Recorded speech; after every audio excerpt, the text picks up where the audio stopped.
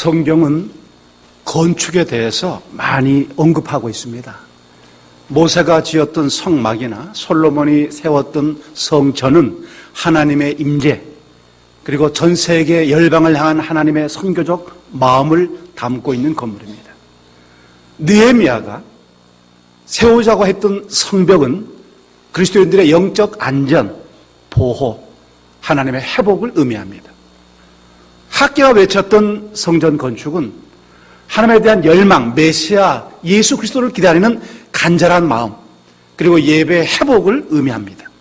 신약에서는 다른 의미로 보여줍니다. 바울이 이 고린도 전서 3장에서 건축 이야기를 할 때는 건축의 재료가 우리의 믿음을 의미합니다. 그래서 하나님의 집을 짓는 너희의 삶의 모습이 뭐냐? 무슨 재료로 짓냐? 금이나 은이나 보석이냐? 짚이나 나무냐? 풀이냐? 이 재료에 따라서 하나님께서 마지막 심판 때 불을 줘버리면 너 나무나 풀이나 짚으로 집을 지어버리면 몽땅 타버리고 네 생몸만 남아서 간신히 부끄럽게 구워놓았지만 금이나 은이나 보석으로 하나님의 집을 지으면 불이 공력이 너를 시험해도 너 믿음의 진짜임을, 진실함을 보여준다. 이렇게 해서 건축의 재료를 곧 우리 믿음의 태도로 묘사를 하기도 하고요. 또 고린도 후서로 가거나 계시록을 하면 건축은 뭘 의미하느냐? 우리의 집은 두 개가 있는데 지상집이 있고 천상집이 있다. 오늘 우리가 이 땅에 살고 있지만 정말 우리가 바라는 집은 저 하늘나라다라는 의미예요. 근데 여러분, 오늘 묘하게 산상수훈이라고 해서 예수님께서 그리스도인들이 가지고 있는 이 삶의 의식, 정신, 태도, 오늘 그리스도인들이 어떤 마음의 자세를 가지고 주님을 섬기게 되는가에 대한 아주 중요한 5장, 6장, 7장 산상보훈, 산상순이라고 하죠. 천국 시민의 헌장이라고 하기도 하고요. 말씀의 다이아몬드라는 말씀도 쓰고요. 오늘 예수님의 전생의 가장 중요한 요체가 이 마태복음 5장, 6장, 7장에 있다라고 표현되기도 합니다. 근데 중요한 게 뭐냐? 그 위대한 산상순의 마지막 말씀이 바로 뭔가 하면 제가 오늘 여러분들에게 봉독해드린 말씀입니다. 지금까지 모든 말씀에 대한 결론, 이 산상순의 최고의 위대한 교훈, 10계명을 신학적으로 완성시키는 이 위대한 메시지의 결론 부분을 여기 담고 있는 거죠. 그런데 이 말씀은 부정적인 것으로 시작합니다. 여러분 같이 한번 21절 말씀을 같이 보겠습니다. 21절입니다. 같이 읽습니다. 나더러 주여 주여 하는 자마다 천국에 들어갈 것이 아니요 다만 하늘에 계신 내 아버지의 뜻대로 행하는 자라야 들어가리라. 주여 주여 하는 자마다 천국에 들어갈 것이 아니다. 여러분, 여기 주여 주여, 이건 뭘 의미하냐면 고백을 의미합니다. 신앙을 고백한다고 해서 너가 천국에 들어갈 수 있는 자격을 획득하는 것은 아니라는 거죠. 오늘 너희가 주님을 사랑한다고 말하면서 주여라고 말하면서 찬송할 때, 기도할 때 주여 주여 찾으면서도 너의 삶은 이중적이지 않냐? 아니, 이중적이라니요. 천국 지향적이면서 세상 지향적인 삶의 가운데 내 모습이 있지 않느냐는 거예요. 그래서 예수님께서 마태복음 6장 24절에서 이렇게 말하죠.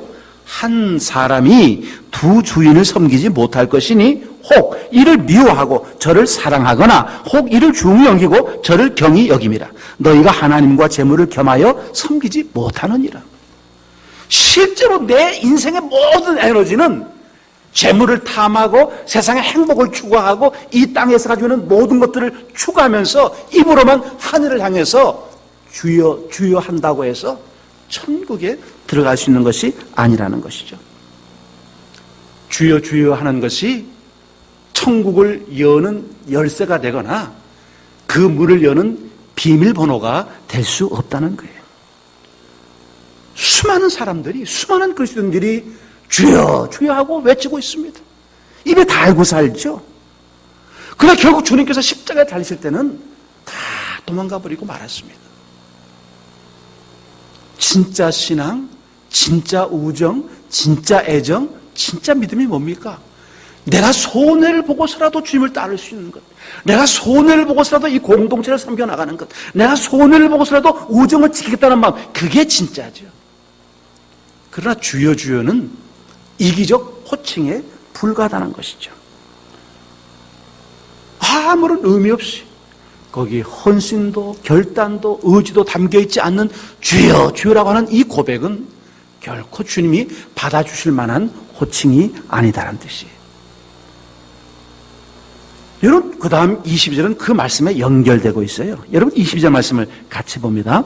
그날에 많은 사람이 나더러 이르되 주여 주여 우리가 주의 이름으로 선지자 노릇하며 주의 이름으로 귀신을 쫓아내며 주의 이름으로 많은 권능을 행하지 아니하였나이까 하리니. 자, 훨씬 더 다음 단계로 나간 거예요. 21절에서는 주여 주여 하고 이제 말로만 하는 사람들이죠.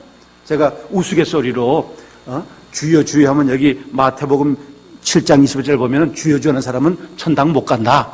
그래서 통성기도 할 때도 주여 하고 1창을 하든지 아니면 주여 주여 주여 3창을 해야지 2창하면 천당 못 간다. 이렇게 우스갯소리를 하는데 여러분 웃지도 않네요. 뭐 하도 많이 들었으니까. 근데 여러분 여기서 21절에서는 주여라고 하는 고백적인 겉으로 드러내는 표현만 있었어요. 근데 22절은 실제로 많은 일을 한 겁니다. 주님을 위해서 많은 일을 한 거예요. 여기 세 가지로 표현되고 있지만 사실은 그 내용은 엄청나게 많은 거죠. 주여 우리가 주의 이름으로 선지자 노릇을 했어요. 예언도 하고 가르치기도 하고 보여주기도 했죠. 주의 이름으로 귀신도 쫓아냈습니다. 영적인 일도 했어요. 악령, 영에 사로잡힌 사람들을 고쳤다는 얘기겠죠. 주의 이름으로 많은 권능을 행했습니다. 여기 많은 권능이라는 말 속에는 우리가 의미하는 것이 뭐냐, 초자연적인 많은 일들을 담고 있지 않았을까, 이런 생각을 하게 되죠. 이 22절 말씀만 가지고 보면 이 사람은요 역전의 용사입니다. 자기 프로필을, 예수 믿고 자기 프로필을 쓰면은요 대학로또 한 가닥 쓸 수 있는 사람. 학생회, 예수 믿고 학생회 들어가서 봉사부장, 그 다음에 신앙부장, 그 다음에 학생회장, 그 다음에 강원도당 위원장. 지금 제 얘기하고 있는 거예요. 그래서 쫙 족보를 써내려가면요 맡은 게 많고 한 게 많아가지고요 그냥 대학 롯데 가득 차는 거예요. 그럼 제가 우리 사무국에다가 제 어느 이 단체나 뭐 이렇게 집회를 나가면 거기서 제 프로필을 요구해요. 그래서 제가요 프로필을 세 가지로 나눠서 써라 그랬어요. A, B, C. 그래서 아주 허접한 거 좋아하는 사람은 제가 신학교를 몇 개를 하고 뭐 무슨 학위가 있고 뭐 어디 가서 뭘 하고 막 쫙 써가지고 와 그것만 봐도 굉장히 훌륭한 사람처럼 보이게. 그러나 정말 진실한 그룹이 부르면 딱 하나님만 한 가지만 써라. 예수 제자 운동 대표. 아무것도 쓰지 않아. 나 그거 하나만 해도 충분히 좋거든. 여러분 이 사람은요 굉장한 사람이죠. 정말 자신의 신앙 업적을 이야기하는데 밤을 새워도 다 할 수 없을 만큼 많은 일들을 한 사람입니다. 그러나 중요한 것이 뭡니까? 결코 이러한 헌신, 이러한 행위, 이러한 행동, 이러한 종교적 활동조차도 주님이 받으실 만한 것이 아니라는 거예요. 이 사람은 보통 사람들이 할 수 없는 일을 했습니다. 여러분 귀신 쫓아봤습니까? 권능을 행해봤어요? 선지자처럼 미리 앞을 바라보고 그 앞의 것들을 예언하고 계시한 적이 있습니까? 이 사람은 정말 극적인 일을 만들어냈어요. 보는 사람으로 하여금 경탄하겠고요. 야, 저 사람은 정말 하나님이 보낸 사람이다 라고 하는 것을 이끌고 만큼 그러한 일을 한 사람이었습니다. 그러나 여러분 그러한 것들조차도 주님께서 받아주시지 않는다는 거예요. 어쩌면 이런 일을 하는 사람들이 주여 주여 하면서 예수를 이용하고 예수를 팔아먹으면서 자신이 가지고 있는 어떤 이익들과 자신의 수익과 명성과 명예를 충족시키고 있었는지도 몰라요. 주님의 이름을 가지고 자신의 가장 안락하고 가장 번성한 삶을 살기 위해서 애썼는지도 몰라요.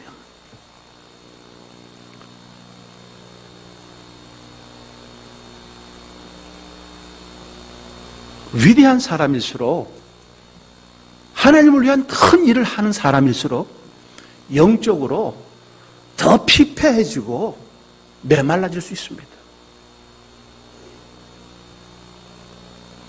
하나님의 이름으로 세계적인 일을 하고 국제적인 사역을 한다고 해도 그 영혼이 정말 메마르고 강팍해지고 심령이 팍팍한 가뭄에 먼지바람 나는 같은 그런 심령을 가질 수도 있습니다.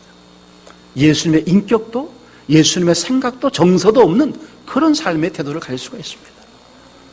오늘 돌아가신 오카나 목사님이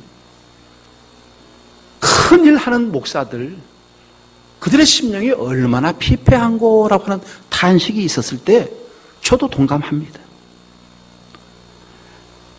예수님을 믿는다고 말하면서 많은 일을 할 수도 있고 많은 업적을 만들어낼 수도 있고 여전히 분주하고 바쁠 수 있습니다. 그러나 이런 사람들조차도 주님께서 용납하지 않는다는 것이죠. 왜 그렇습니까? 여러분 23절입니다. 왜 이런 사람들이 주님께서 받아주지 않는가 하는 이야기예요. 여러분 23절 말씀을 같이 보겠습니다. 23절 그때에 내가 그들에게 밝히 말하되 내가 너희를 도무지 알지 못하니 불법을 행하는 자들아 내게서 떠나가라 하리라. 도무지 알지 못한다는 말은 뭡니까? 인정해 줄 수 없다는 말입니다. 내가 널 알지 못해 I don't know라는 말은요 무지하다는 뜻이 아니고요 너의 한 그 모든 것들을 나는 인정할 수 없다. 그것은 은혜로 되어진 일이 아니다라는 말입니다. 주님은 이 마지막 때에 옥석을 구분한다고 그랬습니다. 바울이 이야기한 것처럼 불의 공력으로 너의 그 삶의 진실을 내가 보겠다. 마지막 때 내가 불의 시험으로 너의 삶이 금이나 은이나 보석처럼 정말 아름다운 삶을 산 것인지 위장막을 지은 집이나 나무나 풀로 덤성덤성 지어서 그걸 집이라고 가지고 있는 그런 삶을 살았는지 그 진실을 내가 보겠다는 것이죠. 마지막 때라는 말은 뭡니까? 내가 지금도 기다리고 있다는 뜻입니다. 지금 심판하는 것이 아니라 내가 마지막 때라는 말은 내가 아직도 너에 대해서 참고 있어. 인내하고 있어. 기다려주고 있어. 그러나 마지막 때에는 그 말입니다. 이제 진짜 신앙과 가짜 신앙, 명품 신앙과 짝퉁 신앙의 진실을 보게 될 때가 온다는 겁니다. 사람을 속이고요, 우리 교회 전체를 속이고요, 목사를 속일 수는 있어도 우리 주님을 속일 수는 없습니다. 이런 식으로 우리는 대반전을 목격하고 있습니다. 누구나 깜짝 놀랄 사실이죠. 충분히 우리가 그 사람은 선지자 일을 했습니다. 귀신을 쫓아냈어요. 그것도 누구의 이름으로? 문선명 이름이 아니에요. 나세렛 예수의 이름으로 귀신을 쫓아낸 겁니다. 그리고 이 사람은 큰 권능을 많이 행했습니다. 누가 봐도 이 사람은 천국의 큰 문이 열리고 천군 천사가 영접하면서 박수를 받으면서 들어가야 될 사람이었습니다. 그는 당당하게 그 천국 문 앞에 서 있었을 거예요. 그리고 그 문을 놓고 했을 겁니다. 누가 봐도 의심할 수 없이 이 사람이 문을 놓고 하는 순간에 문이 쫙 열리면서 12사도와 함께 24장로와 함께 주님께서 그를 영접하실 것이라는 상상을 우리가 충분히 할 수 있는 겁니다. 그런데 문은 열리지 않습니다. 그리고 이런 음성이 들립니다. 나는 너를 알지 못한다.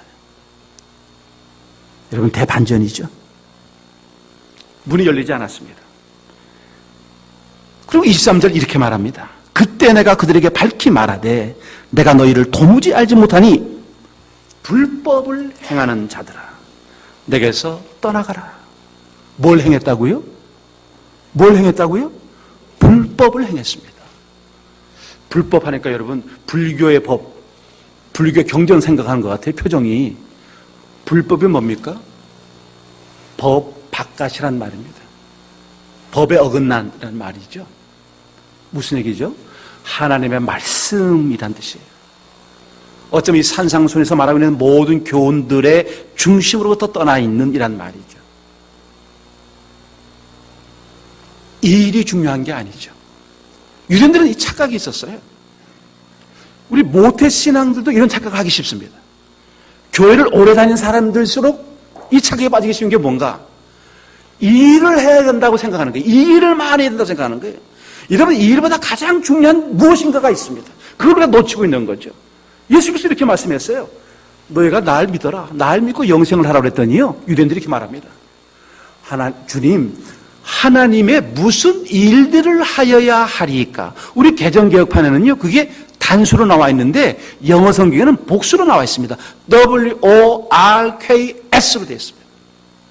근데 한글 성경은 S를 뺐어요. 그냥 무슨 일이라는데 원문 성경에는 일들. 유대인들은 그렇게 생각한 거예요. 하나님 영생을 얻는다고요? 그러면 어떤 일들을 많이 해야 됩니까? 무슨 일들을 그렇게 많이 종류별로 해야죠? 헌금도 종류별로 많이 내야 됩니까? 일도 많이 해야 됩니까? 봉사도 많이 해야 됩니까? 많은 일들에게도 주는 딱 하나이겠습니다. 하나님 보내신 나를 믿는 것이 바로 영생의 일이다. 유대인들은 복수를 물었는데 예수님은 단수를 얘기한 거예요. 이 일, 그 하나, 날 보내는 거였어요. 주님 그분을 보내는 거였어요. 여러분, 이건 대반전입니다. 열려야 될 문이 열리지 않은 거예요. 박수 소리 듣고 들어가야 될 그 사람이 들어가지 못하는 거예요. 들어가지 못한 정도가 아니죠. 밖으로 쫓겨남을 당하는 겁니다. 이를 갈면서 그 밖에 서 있어야 할 사랑이죠. 여러분, 이게 희극입니까? 비극입니까? 저는 말씀 중심하면서요, 이렇게 써놨어요. 대반전이다. 그리고 이랬어요. 엄청난 희극이다 썼어요. 근데 희극이라고 그러기는요, 너무 비참한 거예요. 그 다음에 이렇게 써놨어요. 그러면서 엄청난 비극이다. 유머 책에요, 이런 글이 있어요. 교회, 이제 서양 교회죠. 영국 교회인데 문 앞에, 교회 문 앞에 항상 그 교회 부고를 적어놔요. 그래서 홍길동 집사님 아침 9시 반에 천국으로 떠나다, 이렇게 써놨어요. 돌아오셨다는 얘기예요. 아침 9시 반에 돌아오셨다고. 근데 그 밑에다가 누가 또 장난을 써놓은 거예요. 저녁 7시 반 아직도 도착하지 않음. 아니, 아침 5시 반에 세상 떠났습니다라고 써놨는데요. 그 밑에다 누가 장난으로 써놓은 거예요. 7시가 됐는데 천국에 안 들어왔다고 누가 써놓은 거야. 여러분, 이게 무슨 일입니까? 이게 대반전입니다. 그건 장난이지만요, 꼭 가야 될 사람이 못 간 거예요.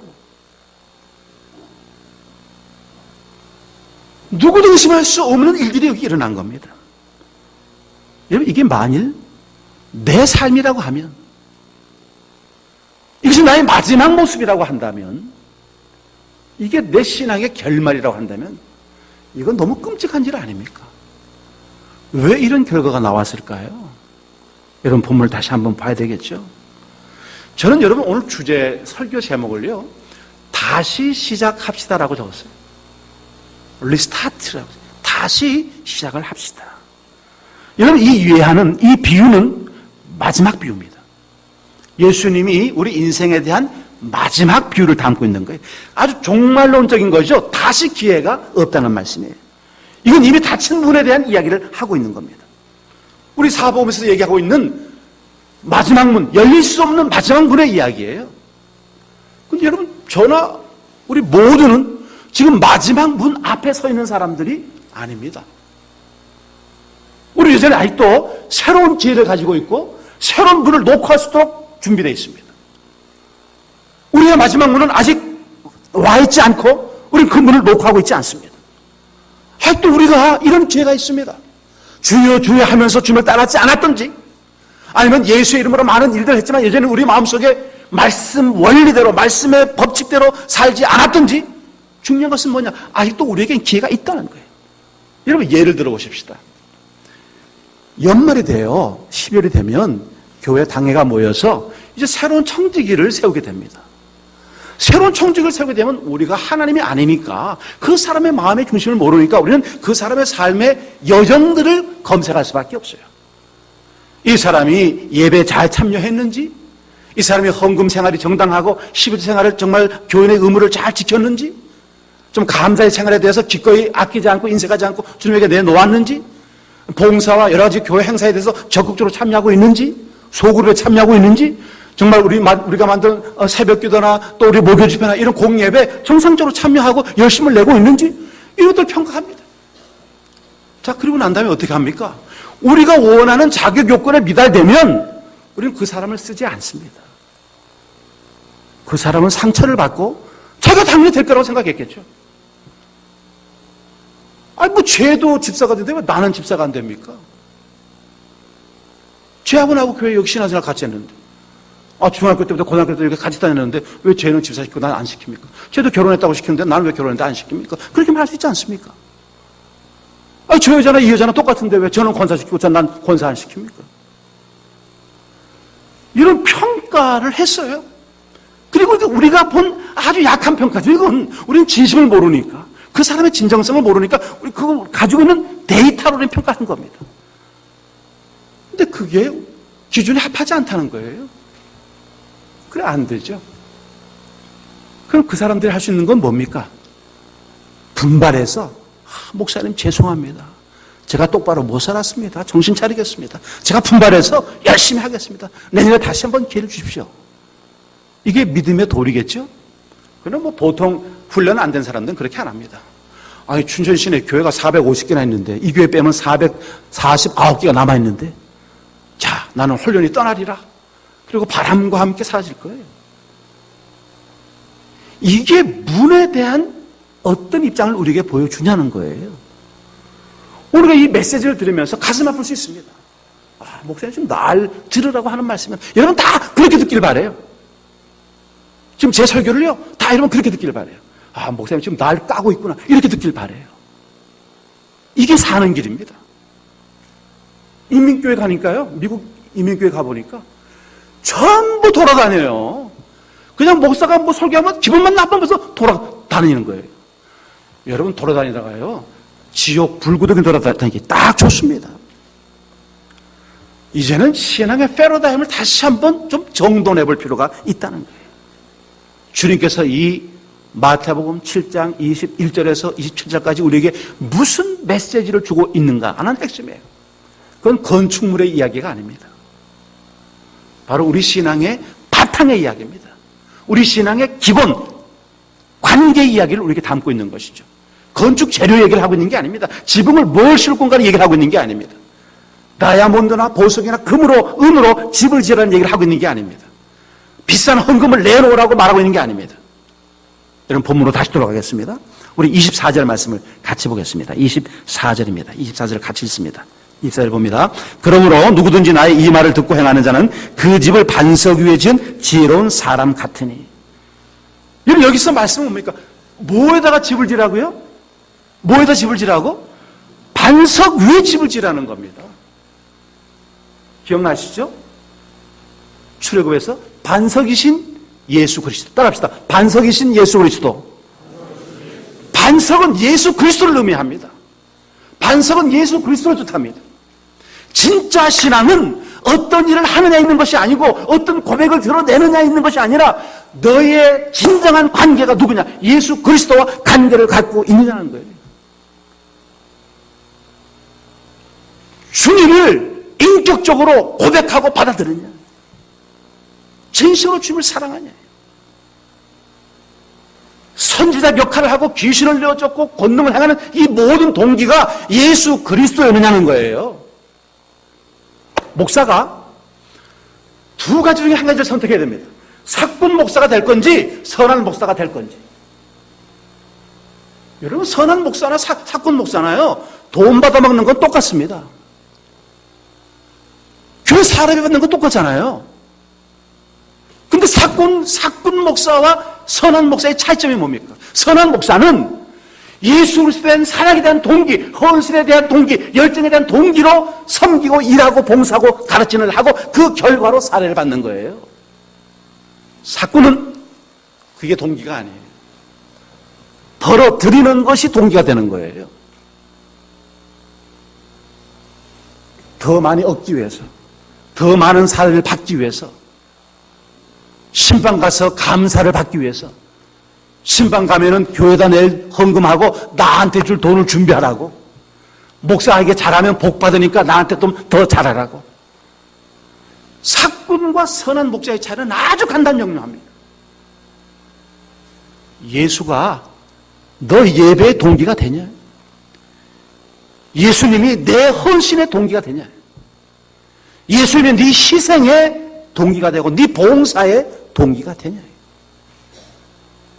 오늘 예배 가운데 주님 사랑하는 마음으로 뭔가 좀 적극적으로 더 주님의 은혜를 사모하기 위해서 찬양할 때도 말씀을 드릴 때도 더 집중해서 듣는 이유가 뭐냐? 주님을 사랑하기 때문에 주님처럼 살고 싶어서 주님의 기쁨이 되기 위해서. 그게 바로 그 얘기예요. 고백이 아니라 입에 담고 있는 고백이 아니라 내 삶이 예수의 털을 내리고 예수의 기반에 뿌리를 내리고 예수를 뿌리 삼아서 그 예수 안에 있는 신앙과 삶일 때 주님이 받으실 만한 인생이고 축복이 된다는 거예요. 수많은 사람들이 열심히 일하다가 주님을 떠납니다. 여러분, 우리 한제에 있던 자랑스러운 우리 대학 지체들도요, 이 한제를 떠나서 다른 데 가서 지금 교회 안 다니는 애들이 많아요. 왜 그럴까요? 우리가 아주 익숙한 이름들도 지금 교회 안 다닌 지 오래된 애들이 많습니다. 왜 그럴까요? TTS도 마쳤어요. 이 좋은 한제 공동체에서 예배하던 아이들이고요. 저 바깥에서 안배위원 하던 아이들입니다. 근데 왜 교회를 안 다닐까요? 왜 쉬고 있을까요? 주님이 그 마음속에 뿌리를 못 내려요. 그건 그들의 이야기가 아니라 우리의 이야기입니다. 반석 위에 집을 짓는다는 것은 바로 그리스도와의 관계, 하나님의 말씀에 대한, 그리스도의 말씀에 대한 관계성에서의 확고함을 우리에게 의미해 주고 있습니다. 두 번째 의미는 뭘까요? 여러분, 21절 말씀입니다. 21절 말씀을 같이 보겠습니다. 나더러 주여 주여 하는 자마다 다 천국에 들어갈 것이 아니요 다만 하늘에 계신데 아버지의 뜻대로 행하는 자라야 들어가리라. 주님은 내 뜻이 아니라 아버지의 뜻대로라고 이야기합니다. 오늘 우리에게 요구하시는 것이 뭐냐? 고백하는 게 중요한 게 아니고 하나라도 아버지 뜻대로 하는 몸부림이 있으라는 거예요. 여러분, 우리는요 너무 오랫동안 같이 있었잖아요. 우리가 우리에 대한 서로의 약점들을 너무 잘 알고 있습니다. 우리가 그마침 연약한 존재들이에요. 목사 입장에서는요 항상 달리는 말에 채찍하는 것처럼 지금도 잘하고 있는데 그걸 만족할 수가 없어요. 좀 더 잘했으면 하는 마음의 욕구가 있어요. 자, 오늘 우리들 속에 우리가 서로 연약한 것들을 알고 있습니다. 그럼에도 불구하고 주님께서 우리에게 말씀하시는 것이 뭐냐? 그 부족한 것 속에서 치는 몸부림이라는 게 있어야 된다 그 말이에요. 아버지의 뜻대로, 내가 뜻대로 살아들이지 못하는 데 대한 애통함과 비통함과 탄식이 있어야 된다는 거예요. 천연덕스럽게 아버지 뜻대로 살지도 못하면서 건성으로 건들대면서 왔다 갔다 하면서 잘난 체하고 떠들고 고개 숙이고 그런 짓 하지 말고, 내가 내 스스로에 대한 부족함과 열악함 때문에 내가 비통해하고 안타까워하는 거예요. 지적질하지 말고 내 자신에 대해서 내가 스스로 지적질하면서 내 부족함과 내 연약함에 대해서 아버지 뜻이 내 안에서 일어나길 원합니다. 넉살 좋게 아멘 주여 하고 하지 말고 정말 내 안에 영적인 비통함, 애통하는 자는 복이 나니, 그 말씀의 의미가 새로워질 때 이게 진짜 반석 위에 지은 집이 될 수밖에 없다는 거예요. 오늘 우리들 마음속에 나도 모르는 속에 불법적인 사고방식이 꽉 차 있습니다. 저도 다 커가지고 고등학생 때 예수를 믿다 보니까요, 그 어릴 때 가지고 있던 그런 세상적 관념이요 잘 벗겨지지 않는 것들이 참 많습니다. 뭔가 내가 말씀에 완전히 쇠뇌가 되고 말씀에 의지를 하는 삶을 살아야 되는데, 말씀은 예배 속에만 있고 삶 속에서는 말씀이라는 게 전혀 나타나지 않는 거예요. 미국 교회 가니까 목사들이 저를 보고요, 목사님 놀라지 마세요. 뭘? 목사 아이들 중에 90%가 예수를 안 믿는답니다. 캘리포니아 주에서요 목사 자녀들한테 설문지를 돌렸답니다. 애들 90%가 안 믿는데요. 요즘에 미국 교회 중에, 미국 한인 교회들이 유행하는 게 뭐냐면 EM 교회라고 해요. English Ministry라는 말인데요. 이 세들이 자기 아버지 세대라고 예배를 같이 못하는 거예요. 왜냐하면 한국말 애들이 모르니까 한국말로 설교 들으면 그냥 멍청하게 앉아있는 거예요. 그러니까 자기들끼리 영어 예배를 하겠다는 거죠. 그게 저도 우리 선교사들한테, JDM 선교사들한테 항상 강조하는 게 뭐냐. 집에서는 절대로 영어 쓰지 마라. 모국어로 꼭 써라. 이번에도 갔더니 뭐 우리 선교사 애들이요. 영어로 지네끼리 떠들어대는데 내가 혼냈어요. 하지 말라고. 할아버지 목사가 못 알아들으니까 내 앞에서는 절대로 영어 쓰지 마라. 한국말로 해라고. 근데 여러분, 모국어를 잃어버리면요. 부모들과의 관계가 단절돼 버립니다. 감정이 단절돼 버려요. 그 EM 교회를 하는데 문제는 뭐냐? 그 자식들이 부모를 절대로 존경하지 않는다는 거예요. 그게 뭔 말이야? EM 교회는 자기 기성교회, 아버지 세대가 만들어준 교회 예배당 다 쓰고 400만 불짜리, 뭐 200만 불짜리 예배당을 무료로 쓰면서도 절대 부모 세대를 존경하지 않는다는 거예요. 아니, 무슨 말이냐? 아버지 세대는 위선자라는 거예요. 교회에서만 뭐 장로 입냐, 권사 입냐, 집사 입냐, 폼 잡고 그러지, 집에서 자기 사업장에서 하는 짓은 완전히 예수 믿는 어떤 철학도 사고방식도 가치관도 없다는 거예요. 기독교적 가치관도 없고 성경적인 인생관도 없이 살면서 무슨 교회 와서만 뭐 뻔두르하게 이루고 있다는 거예요. 농사축에 나와서 대표기도 안 잡고 말이지. 자기들은 부모 세대를 절대로 존경 못한다. 왜? 그 사람들은 위선자지 믿음의 사람들이 아니다. 이러면 이게 너무 가슴 아픈 이야기입니다. 오늘 우리 자식들이 우리들에 대해서 과연 어떻게 생각하고 있을까? 우리 아버지는 그냥 목사지만은 이게 진짜 목사가 아니다. 세상 천지를 돌아다니면서 목사 일을 하지만 우리 아버지가 우리 집에서 하는 일은 목사로서의 일이 아니다. 우리 아버지의 말, 우리 아버지의 생각, 우리 아버지의 가치관, 우리 아버지의 인생관, 우리 아버지의 세계관은 성경에서 나온 게 아니야. 우리 아버지는 성공을 지향하는 목사일 뿐이다. 이렇게 말한다고 하면 저는 바로 그 문 밖에 서 있는 I don't know 하는 바로 그 사람에 불과하다는 이야기입니다. 여러분, 아버지 뜻대로 하는 삶이 필요하죠. 성경 중심적인 삶. 성경에서 말하고 있는 삶. 목사가 설교를 잘하나 못하나가 중요한 게 아니라 그 들은 말씀을 그렇게 살고 있는지에 대한 확신이 우리에게 필요하다는 거예요. 그래서 23절 말씀이죠. 그때 내가 그들에게 밝히 말하되 내가 너희를 도무지 알지 못하니 불법을 행하는 자들아 법대로 행하라는 말이겠죠. 자, 마지막 세 번째는 25절, 26절, 27절 말씀입니다. 우리 25절, 26절, 27절 말씀을 같이 읽습니다. 비가 내리고 창수가 나고 바람이 불어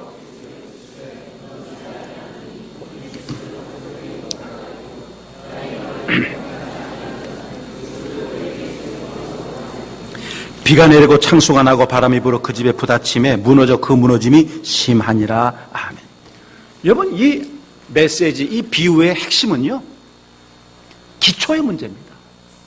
지금 기초 얘기를 하고 있는 거예요. 너 신앙의 기초가 예수 그리스도냐, 하나님의 말씀이냐, 기초를 다루고 있는 것이죠. 올바른 기초에다가 집을 지어야지, 기초가 모래에다가 지어놓으면 이거 못 산다는 거예요. 지금 모래 위에 집은 집과 반석 위에 집은 집의 이야기는요, 집을 이야기하고 있는 게 아니라 기초를 이야기하고 있는 겁니다. 너 신앙의 기초가 예수 그리스도냐, 하나님의 말씀이냐라고 하는 걸 묻고 있는 거예요. 여러분, 이 모래 위에 지은 집이 넘어진 이유는요, 부실한 공사를 한 게 아닙니다. 기초가 잘못되어 있다는 거죠. 공사는 똑같이 한 거예요. 반석은 주님 자신이었습니다. 그분의 가르침이었습니다. 이 산상수훈의 핵심 메시지였어요. 그래서 여러분 26절, 27절 말씀을 이 유진 피터슨이 너무 재미있게 번역을 해놨더라고요. 제가 읽어드릴게요. 26절, 27절입니다. 그러나 너희가 내 말을 성경 공부할 때만 사용하고 삶으로 실천하지 않으면 너희는 모래사장에 집을 지은 어리석은 목수와 같다. 폭풍이 몰아치고 바다가 거세지자 그 집은 맥없이 무너지고 말았다. 하나님 말씀을 속으로 할 때만 써먹는 거예요. 삶에서 실천하지 않으면 그건 모래사장 위에다 지은 집과 똑같단 말이죠. 인생에 어려움이 생기고 고통이 생기고 아픔이 생기면 무너질 수밖에 없다는 거예요. 어제 수원에서 결혼 세미나하고 10시에 도착해가지고요, 그냥 잠깐 누워서 좀 쉬었다가 설교를 마저 마감을 해야 되겠다 하고 누웠는데 그냥 골아 떨어져가지고요, 눈을 뜨니까 아침 6시더라고요. 근데 문자가 와 있어요. 봤더니 우리 모임 친구가 결혼 생활이 너무 힘들다는 거예요. 파경 직전이라는 거예요. 목사님 기도해 달라고. 마음이 너무 아파요. 너무 마음이 아파요. 왜? 시작할 때부터 조바심이 났었어요. 그리스도에게 근거한 결혼, 그리스도에게 근거한 사업, 그리스도에 근거한 미래 청사진. 주님이 없이 시작했을 때 이 무너질 수밖에 없는 이 상황. 우리의 가정, 우리의 사업, 우리의 공동체. 이게 너무 마음에 와 닿는 거예요. 여러분, 반석이신 그리스도에게 우리 믿음의 기초를 세워야 됩니다. 예수님처럼 생각하기, 예수님처럼 상대하기, 예수님처럼 말하기, 예수님처럼 희생하기, 예수님처럼 섬기기, 예수님처럼 참아내기, 예수님처럼 견디기, 예수님처럼 꿈을 이뤄드리기, 예수님처럼, 예수님과 함께, 이 말이에요. 예수님이 우리 신앙의 기초이고 출발이고 마지막 근거이고 종착역이 되어야 한다는 거예요. 율법적인 껍데기 가지고는 우리 자신이 힘들어요. 자신의 의를 세우고 자신의 명성을 드러내고 자신의 성공을 이야기할 수는 있지만 결국 주님은 인정할 수 없다라고 말씀할 거예요. 하나님의 백성들이 멋진 설교나 재미난 성경 공부나 흥미있는 교회 활동으로 우리의 삶을 만족시킬 수는 없습니다. 정말 말씀의 삶을 실천을 통해서 주님을 기쁘시게 하는 거예요. 이제 9월 후반기가 시작됐습니다. 이제 2학기가 시작됐어요. 여러분, 다시 시작하십시다. 다시 한번 점검해 보십시다. 신앙의 견고한 기초가 그리스도에게 있는가 다시 한번 점검해 보고, 말씀에 세운 내 신앙, 그리스도에게 세운 내 신앙이야말로 인생의 이 풍파와 많은 파도와 태풍조차도 견뎌낼 수 있는 견고한 삶이 아닌가 하는 생각을 갖게 되는 거예요. 여러분, 주님이 주시는 안정과 평안을 누리기 원한다면 그리스도에게 뿌리를 내리고 그리스도를 반석 삼는 삶이 되어야 됩니다. 실천이 없는, 행동이 없는 신앙이 아니라, 자기 중심의 신앙이 아니라, 자기 위주의 신앙이 아니라 예수 그리스도가 동기가 되고 예수 그리스도에게 기쁨을 찾고 예수 그리스도에게 이유를 찾는 이런 삶이 저와 여러분들에게 있어야 할 줄로 압니다. 여러분, 다시 시작하십시다. 정말 다시 시작하십시다.